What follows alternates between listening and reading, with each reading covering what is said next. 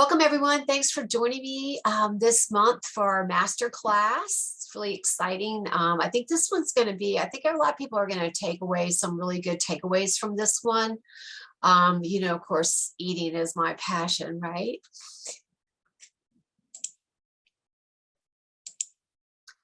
So just to share a little bit about myself and tying into this month's masterclass, did you know that gut health and brain health are related, and that overeating can actually lead to inflammation in our GI tract and our body, but also inflame our brain?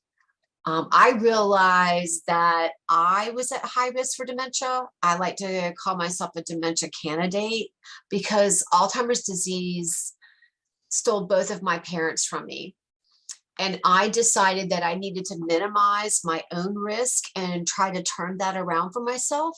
So I have combined 15 years of research with holistic nutrition and being a brain health professional to become an expert in the gut-brain connection. I help midlifers who suffer with embarrassing but oftentimes painful GI issues. And it could be things like, unpredictable bowels, unreliable bowels, heartburn, bloating, brain fog, early signs of memory loss. And over 80% of my clients who complete my program become symptom-free without the use of medications. And, they lower their likelihood of developing even more serious issues. And this is why I'm so passionate about what I do, because I really do believe that food is medicine and that there is so many things that we can do that's preventative or change, especially when it comes to chronic illness, change that direction for ourselves with just using food and lifestyle changes. So we're going to hold our questions until the end today, if we have any. So moving on. Of course, I always have to put up the housekeeping notice, right, about how this information is only for education. It's not meant to diagnose, cure, treat, or mitigate any kind of disease.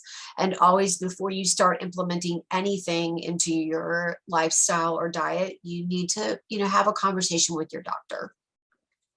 So this month's masterclass is how to learn how to stop overeating. So first, we kind of need to look at why do we overeat, right? The majority of people overeat on a regular basis. And is there a reason for this unhealthy habit, or is it really dependent on the person? Well, it's kind of both. The reason we overeat are actually kind of grouped into 3 key areas. And so let's kind of take a look at those and see if any of those resonate with you. The first one is that your body is just confused. We're often in such a rush, right? We eat our meals based around our commutes or our lunch breaks versus, when our body is actually asking for food. And our meals are usually really distracted and mindless, and we barely take the time to even recognize when we're full.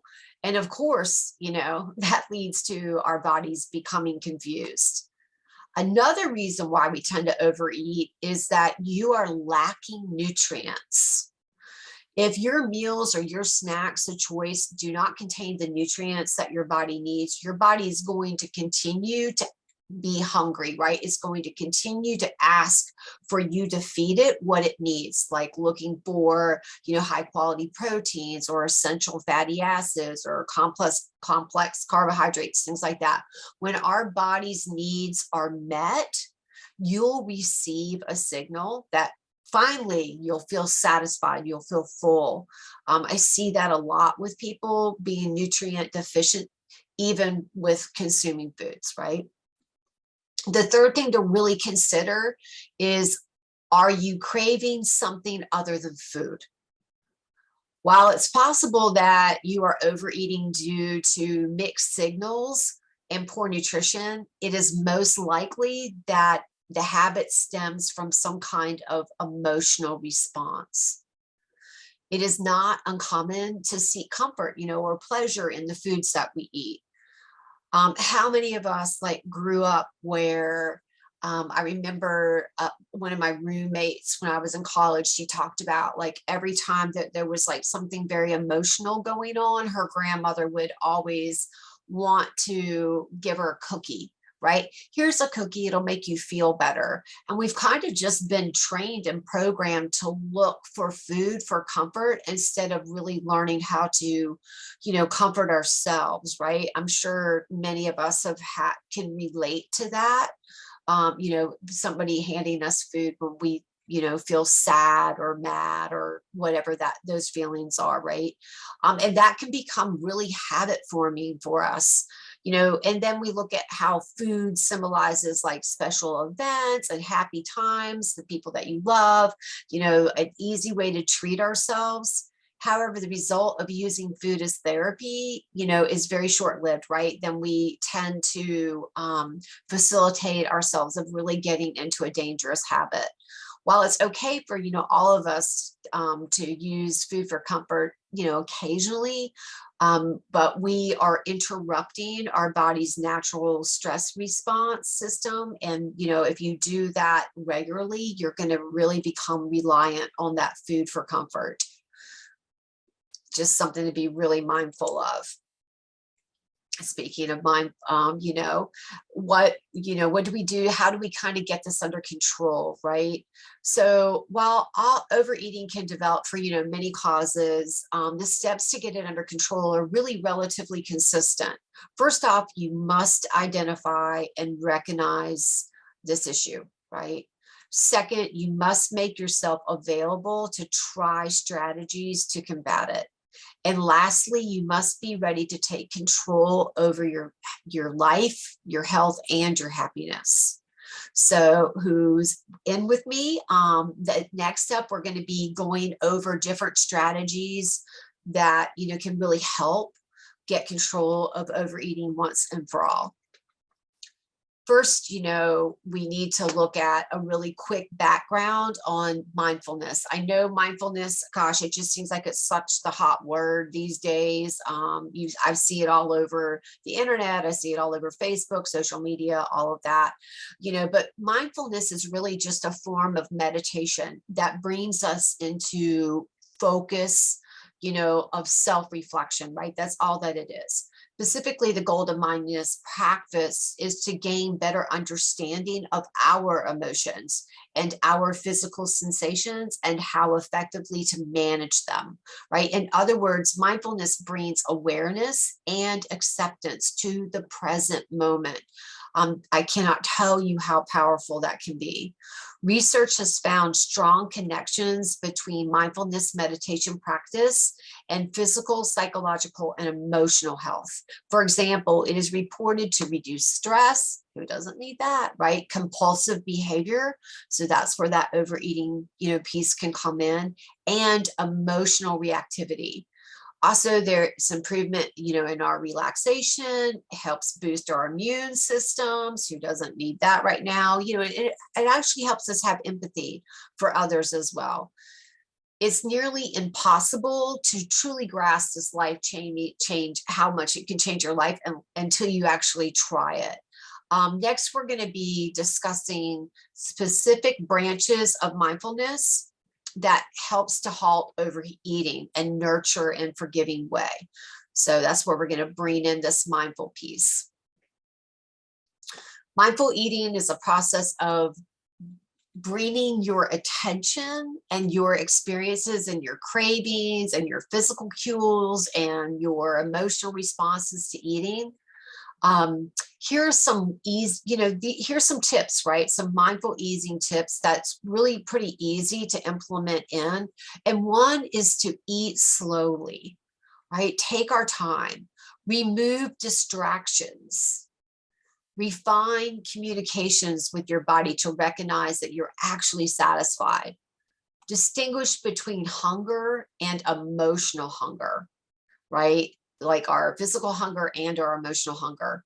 Entertain your senses with the details of the food, healing negative relationships that you may have with food, Notice the way individual foods make you feel and learn to appreciate your food truly, right? Those are some really great tips. And we're going to go into those tips a little bit more in detail as we go through this masterclass today, so that we can see how we can implement strategies for these. But, these shifts really help allow you to replace your negative thoughts and your reactions and your habits around food and be more conscious and have a direct response.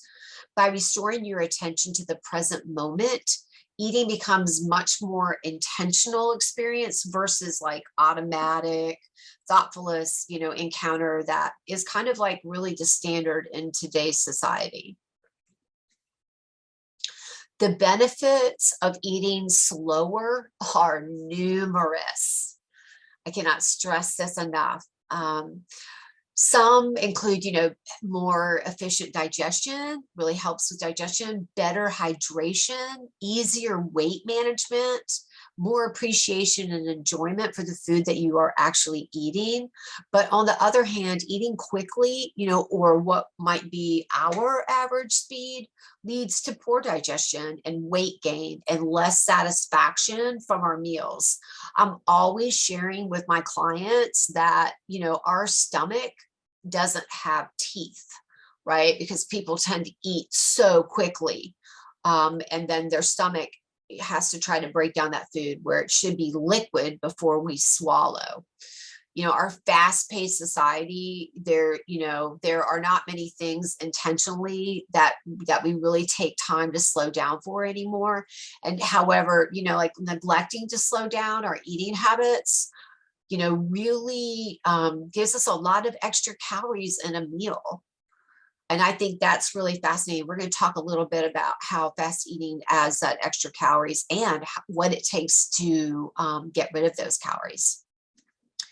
It takes approximately 20 minutes from the start of eating for the brain to actually communicate to the body that it feels full or satisfied. So you need that 20 minutes.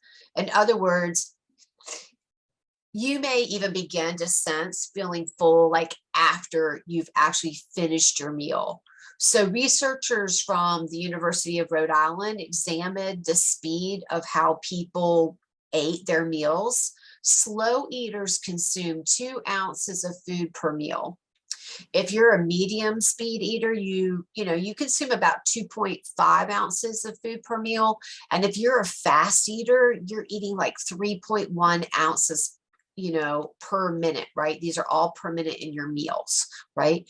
This differential of speed is huge, right? Like when you look at the accumulative effect of it, using this data, it can be concluded that someone who eats fast can eat approximately 22 more ounces of food compared to someone who eats slowly. And that really does, you'd be shocked how much it adds up. That University of Rhode Island, they also did another study that looked at like how many more calories did these people get from the different rates of, speed of eating. And the results were really quite shocking. Women who ate quickly consumed 646 calories in 9 minutes. Women who ate slowly consumed 579 calories in 29 minutes. That's right, 67 fewer calories in 20 more minutes. So what would it take? I always like to look at, like, if you're looking at, 67 more calories, what does it take to burn 67 more calories just from one meal now, just from one meal? It would take about 20 minutes of walking at moderate speed just for you to burn those extra calories from that one meal.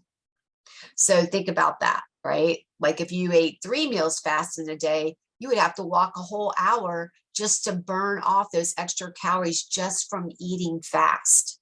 I mean, it's just such an easy thing to implement, and I find when we're really mindful about our foods and really focused on eating, then we tend to eat slower. But if you go on automatic pilot, you'll eat quickly.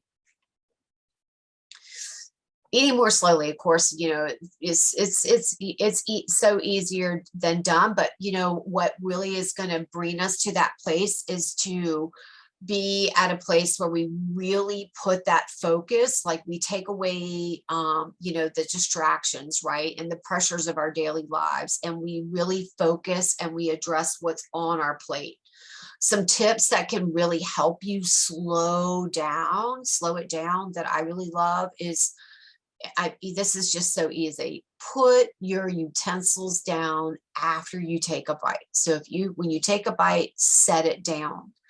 Another one that I really love, and I don't know if any of you use this or not, is to use chopsticks, because it's really hard to eat fast with chopsticks. And that really can help slow us down. Set yourself a minimum number of chews that you're going to chew, if it's 10 times or whatever that is for you per bite. I always recommend that we chew until our food is liquid and then swallow. And you would be surprised how long it takes to chew your food for that to happen. Remember, your stomach doesn't have teeth, right? Take smaller servings at first and allow yourself to go back for seconds if you feel like you need to, and set aside, 20 to 30 minutes to eat each of your meals. And find someone that may be your accountability partner, that you both can help pace yourself. I know, even just speaking for myself, if I'm around people who are eating really fast, I catch myself eating fast. And I have to be really mindful that I don't get caught up with their speed. I don't know if that happens for anyone else, but that is definitely something that happens for me. We're surrounded by distractions. I mean, they are everywhere, whether it be our responsibility or entertainment or attention, away from eating, like, are we scrolling through emails while we're eating? Are we watching TV? Are we making phone calls? Whenever the brain is occupied with another task, eating becomes mindless.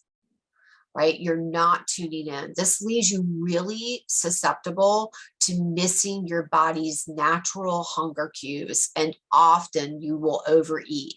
So the next time you're eating with distractions, like let's say you're watching TV, ask yourself, like, did I enjoy this food?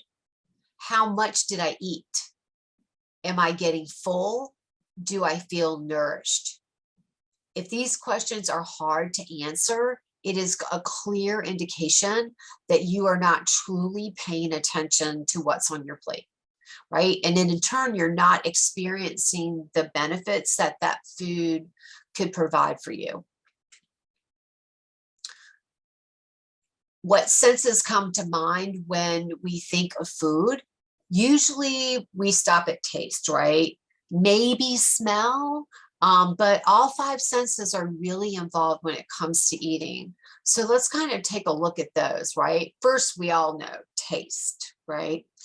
It may seem obvious, but oftentimes we really don't pay attention to how the food really tastes. Is it sweet or sour or bitter or salty or savory, or is it a combination of all of those? Can you tell me what seasonings are in that meal? Do you like the way that it tastes? Second is like our sense, right? The sense of smell. The smell of food is really closely related to the taste. You notice the smell. Does it smell fresh? Does it remind you of anything?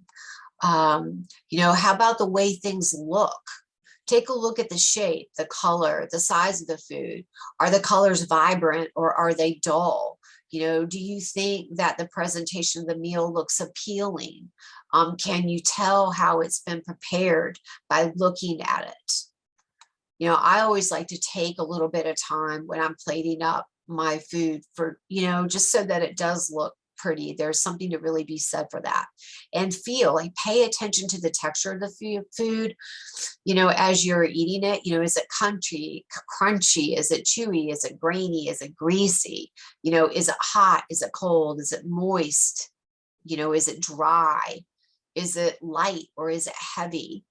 and listen. Believe it or not, food makes noise, right? When you bite into it, does it crunch? Do you slurp it?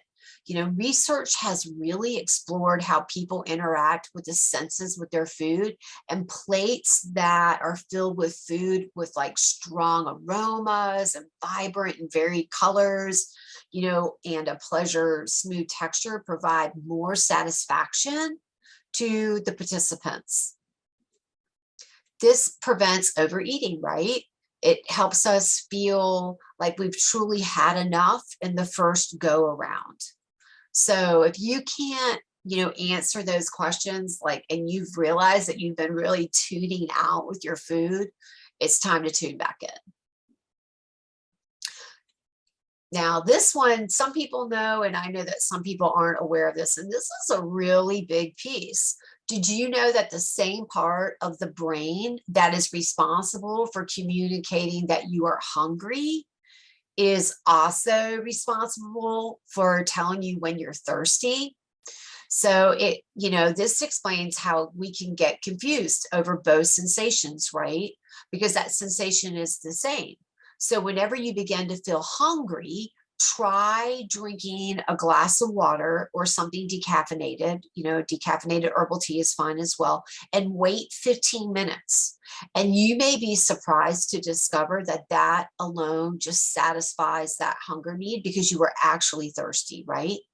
And even if you are thirsty and not misinterpreting it for thirst, it's still beneficial implement practice, because by drinking, and I always recommend not more than 8 ounces of fluid when it comes to around a meal, and that really should be warm, okay? Because cold will slow down our digestion, and we don't want to do that. It doesn't have to, it could be room temp as well, but definitely not anything that's ice cold before a meal starts. Really kind of helps send that signal to the brain that you're feeling fuller before you even start your meal, and that can be really beneficial for people.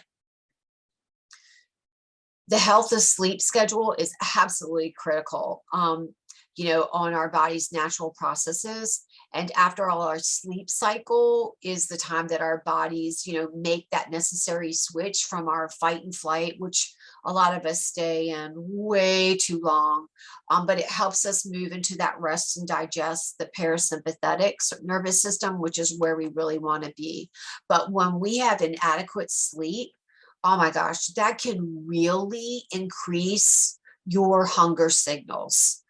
There was a study published in Sleep that showed that those who only slept like 4.5 hours a night for like maybe 4 nights in a row would ate 300 more calories in snacks in one setting versus those who got 8 hours of sleep nightly. So just think about that for a moment. If we're not getting proper sleep, then our cortisol levels are going to rise, and our body's really going to crave that surge of energy. And then that's where you're going to have all those cravings, like you're going to crave sweets, you're going to crave carbs, things like that, just to off balance the fact that you didn't get a good night's sleep. If you haven't noticed that in your life before having that routine, really be mindful of that and see the next time you do not get a good night's sleep, see how you feel that day. Like what are you craving? What are you trying to go for to offset that? It really, really can add a lot of extra calories to our lives. If you're having trouble maintaining healthy sleep routine, sometimes there's some things that we can do that really can help get us prepared for a good night's sleep. I really love an Epsom salt bath. The Epsom salt has really high in magnesium and just helps the whole body relax, helps the muscles relax, quiets down the mind, and it can really, really help you get a good night's sleep. Drinking like chamomile, or I also love holy basil in a tea form, before bed, an hour, 30 minutes before you want to go to bed, can really also help the body relax too. I've only got one nuance here though. Chamomile is really a wonderful tea, but if you are allergic to ragweed, or anything like that, don't drink chamomile, because it's in the same family and it may cause you to have a little bit of an allergic response. Listening to soft music, things that are kind of winding us down, can be really helpful.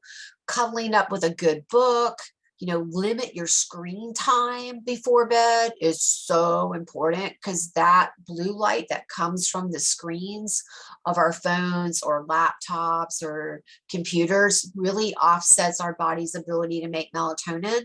And then we really can find it really difficult to go to sleep.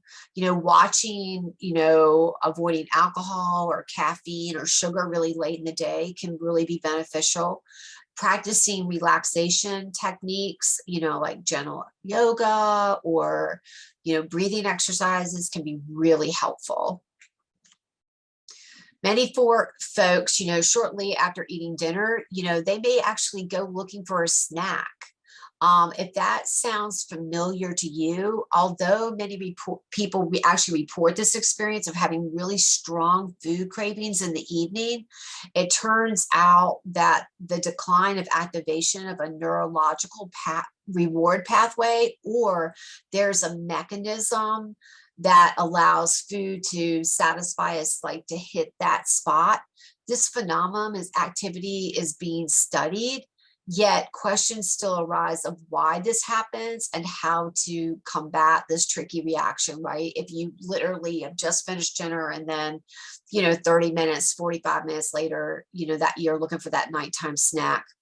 The best advice that I have for this is get busy. Do something that keeps you busy after dinner, whether that's like meeting up with a friend or watching your favorite TV show or beginning a new book. Going for a walk after dinner. Anything that just keeps your mind busy will help you deter that craving.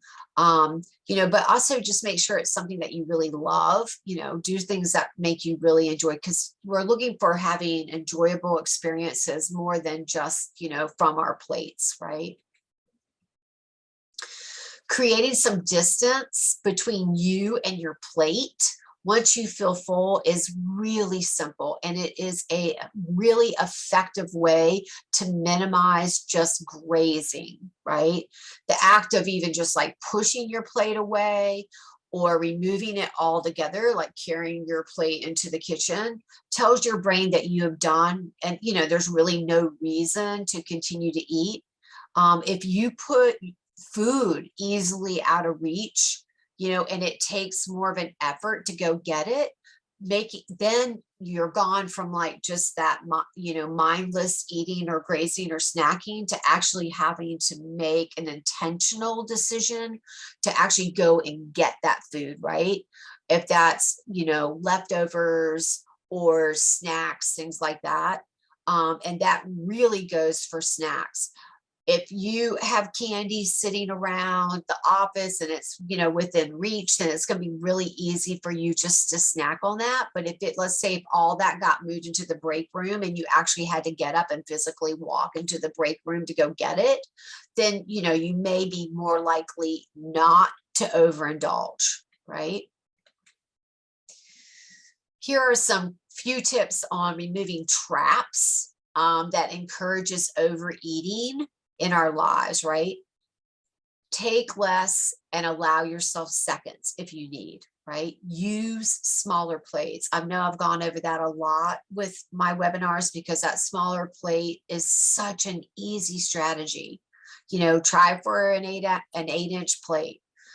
Play around with the colors of the food in your dishes. Not only is that beneficial, stimulating our eyes, but it's also really beneficial for nutrient. There's so many different nutrients that are found in so many different colors, and having that color of the rainbow is really important for you not to be nutrient deficient. Having healthy, filling foods, always available. That's, always great too. And don't eat from the package, right? Because then we're just being mindless again, and that's going to really catch up with you, because there's no accountability of how much you actually ate from the package. That I feel like those are like really great tips, really, not too hard to put in. And we seek pleasure naturally, just as who we are as humans, right? This could be in the form of food that we eat. It could be the things that we listen to. It could be the view out the window, the joy of good company. And, with that being said, we're not solely filling up on calories of the food that we eat, but about the amount of joy that we experience in it, like seeing in it, smelling in it, sharing the food with others, eating it, right? Taking time to set the mood for a meal can really noticeably increase your satisfaction that that meal brings to you. Some tips that I have for that is, use your best dishes. Like, why are our really beautiful dishes only brought out for a holiday? Like, why don't we deserve to eat on those dishes more often, right? Prepare your plate really pretty nicely, like lay it out, make it look like you went to a restaurant, right? Light candles, that's one that I absolutely love. It's so easy. We will have friends stop by and they're like, oh, you guys are having candles. And I'm like, we always have candles, right? Because it just sets the mood. It just makes it just a really wonderful experience to have dinner, right? Play relaxing music, something that you enjoy. And, invite some people to come over and join you, your favorite people. I feel like, coming back together again now is really needed. People need their communities. Let's have people come to dinner. I really feel like that's a place that we could all, start to move forward on. Much of food in today's food supply, let's face it, really doesn't contain nutrients that our body needs. Instead, they carefully engineer, okay, with chemicals, um, to trick ourselves, right? To trick our brains that we're still hungry. So you heard it, right? We've all heard it. We know it. Most processed foods we eat today signals that we're hungry, right? It tells the brain that we're hungry and to feed more. So you're actually eating more just because you're eating the processed food. Because of the lack of essential nutrients, right? You just keep consuming and consuming and consuming all these excess calories before your brain is even aware that you've even eaten enough. Our brain is, there, it's just sitting there patiently waiting for it to receive, the protein, the fiber, the minerals and vitamins that you really need to function properly. Each meal should, constructive nutrients in mind, right? Like, invest in those high quality proteins, meats, beans, fiber, so important, right? And fiber really comes from those vegetables that we eat. And that really helps combat overeating. Your brain will receive the message and signals, right? And that it's feeling fullness and more accurately and, much faster versus those empty calories of that processed food that you're just going to consume and consume and consume and never feel like you're ever feeling satisfied.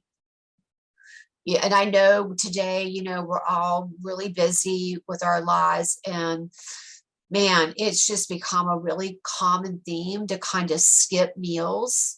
Maybe you woke up too late to eat your breakfast, or your lunchtime was stolen away by extra work that you needed to get done, or, these are really not great excuses for missing meals. And, but sometimes it's out of our control and we're going to miss a meal. But instead, really try to plan to have something that's available, that's easy, right? And nutritious. So when you're in that pinch, you can grab that, right? And that really helps keep us from grabbing things that really don't support us. I think that happens so often when we aren't prepared, right? When we don't have other things just sitting around. It's always great to have some things in your fridge or with you, even if it's fruit, if it's nuts, if it's seeds. It just something to tie you over. That's a lot healthier than going for a bag of chips, let's say. Because all those things in our body, as we eat that, really when we have those cravings a lot when we let our blood sugar drop, right? So if we do have a piece of fruit or nuts or seeds or something like that for a snack, it really helps regulate that blood sugar. And then that will keep us from releasing the hunger hormones, because as soon as that blood sugar drops, right, we're releasing that hunger hormone. And then we're going to have this huge, strong craving to like overindulge, to try to bring that blood sugar back up to maintain its level. And a lot of times we'll see that when we allow that blood sugar to drop down is really when our cravings can tend to be the strongest. So by just having that little snack, you can so offset that. Stressful situations can release, cortisol, right? Also known as our stress hormone. And it's no surprise that that hormone can relay, hunger promotion, right? Although the food is often seen as a quick fix for stress, it is not, really a healthy habit, to lean to food to manage our stress, right? We talked about that a little bit at the very beginning. Instead, try practicing some stress management techniques. When you start to feel like you're looking for comfort from food, and this is a really great red flag for us to recognize that we actually really need some self-care time. Go for a nice walk, take that warm bath, listen to your favorite music, start that new book that you've been putting aside and haven't gotten to, arrange time to spend time with people, your loved ones, or, your great friends, right? Spend time with your friends, schedule a massage or a facial, exercise, practice meditation. I will be sending out after this recording to everybody that signed up that I will include a link for a meditation that is aimed to help heal from emotional eating. So look for that when I send out the replay, and, give it a listen, give it a try, see what you think. Involving, involving your family or close friends in this process can really be beneficial, not only for you, but for them too, right? The power of accountability is really strong. And it may help you find that sharing this experience with them helps you savor the experience more and helps you pay attention to your meals together, and avoid, that overindulgence. Having someone to discuss this process with, or share the transformation, or rejoice in the benefits, right, of this incredible tool to end overeating for good, is always great, right? Like, we should really take the time to acknowledge our successes every day. Asking yourself questions is encouraged by when you are looking to understand what your body truly needs, right? So take the time and ask yourself, am I hungry? Am I satisfied? Do I need more food? What is causing me to crave more, right? How fast did I eat? Did I eat intentionally? Did I enjoy what I had eaten? Would I have changed anything? Honor your responses and adjust accordingly. Remember that it is unlikely that this change is going to occur overnight, right? However, there are many strategies that you can begin to implement immediately that will make a huge difference in your battle against overindulgence. I just want to say this is the end of our masterclass for today. And thank you so much for taking the time out of your busy schedule to join me. I absolutely love, getting to share these masterclasses with all of you. And I hope that you learned some steps today that you can apply right now into your lifestyle to help combat overeating. I also want to really acknowledge all of you for coming to these master classes and, learning these steps towards creating really great habits in your lifestyle and your routines. That's going to make you so much happier and healthier. If anyone has any further questions, you can post them in the chat, or send me an email. I'll be glad to answer those for you, because I'm always here to support everybody. If and bringing that up, if you feel like you need extra support on your journey, don't hesitate to ask for help. I would love to offer you a health strategy session.